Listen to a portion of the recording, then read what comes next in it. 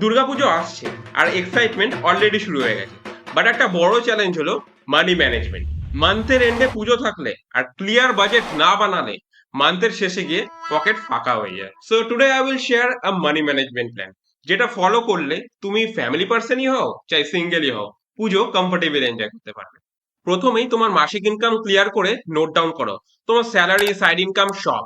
তারপরে একটা পুজোর বাজেট বানাও। ধরো তোমার মাসিক ইনকাম 25,000 টাকা, তার মধ্যে 20 থেকে 25% তোমার পুজো বাজেটে লাগাও, যেটা হবে প্রায় 5 থেকে 6 হাজার টাকা। এই টাকার মধ্যে তুমি তোমার পুজোর পোশাক, প্যান্ডেল হপিং, খাওয়া দাওয়া সবখানেই ইউজ করবে।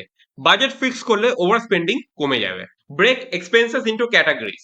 একটা ছোট্ট ক্যালকুলেশন করো। Clothes and accessories, food and outing, gifts and family expenses, travel and pandal hopping, each ক্যাটাগরির জন্য আলাদা আলাদা লিমিট সেট করো। ফর এক্সাম্পল 3,000 টাকা তুমি জামা কাপড়ের জন্য ব্যবহার করলে, 1,500 টাকা ফুডস অ্যান্ড 500 টাকা for transport. Simple but effective. Essential bills first, luxury letter.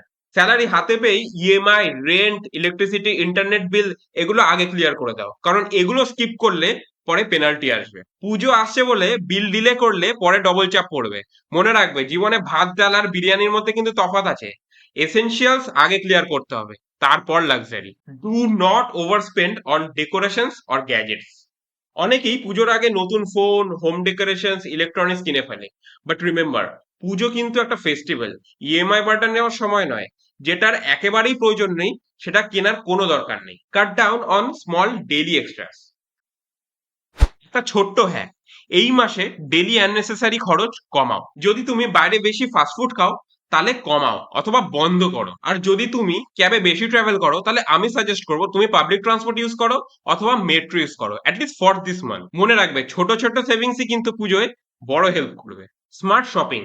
দুর্গাপুজোর শপিং এর জন্য লাস্ট মিনিট সেল অথবা অনলাইন অফার্সও কিন্তু নজরে রেখো। নর্থ কলকাতার বউবাজার আর সাউথ কলকাতার গড়িয়াহাট মার্কেট, সেখানেও তুমি ভালো ডিল পাবে যদি একটু ঘুরে দেখো। Last but not the least, সব টাকা কিন্তু পুজোর জন্য খরচ করে দিও না।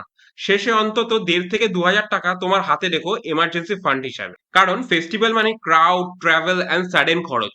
So be ready. এবার আসি পুজোর আনটোল্ড মানি হ্যাকস। বন্ধুদের সাথে প্যান্ডেল হপিং করার সময় মেট্রো অথবা ক্যাব পুল করো, এতে খরচ অনেকটাই কমে যাবে। 3 দিন বাইরে খাও আর বাকি দিন লোকাল স্ন্যাক্স অথবা বাড়ির খাবার খাও। আর বন্ধুদের সাথে যদি রেস্টুরেন্টে খাওয়ার প্ল্যান থাকে সেক্ষেত্রে তোমার বিল অবশ্যই স্প্লিট করো। কোনো কিছু কেনার জন্য অনলাইন পেমেন্ট অ্যাপ ইউজ করো আর দিনের শেষে তোমার সব ট্রানজাকশন গুলো চেক করো। এতে করে ইনস্ট্যান্টলি তোমার ওভার স্পেন্ডিং ধরা পড়বে। এভাবেই তুমি পুজোর মাসে টাকা প্ল্যান করলে এন্ড অফ দ্য মান্থ পুজো হবে টেনশন ফ্রি, আর তুমি ফুল এনজয় করতে পারবে। নতুন জামা, খাওয়া দাওয়া, প্যান্ডেল হপিং সবকিছু। জাস্ট মনে রেখো, স্মার্ট মানি ম্যানেজমেন্ট মানে এনজয় কম নয়, বরং স্ট্রেস ছাড়া এনজয় করা।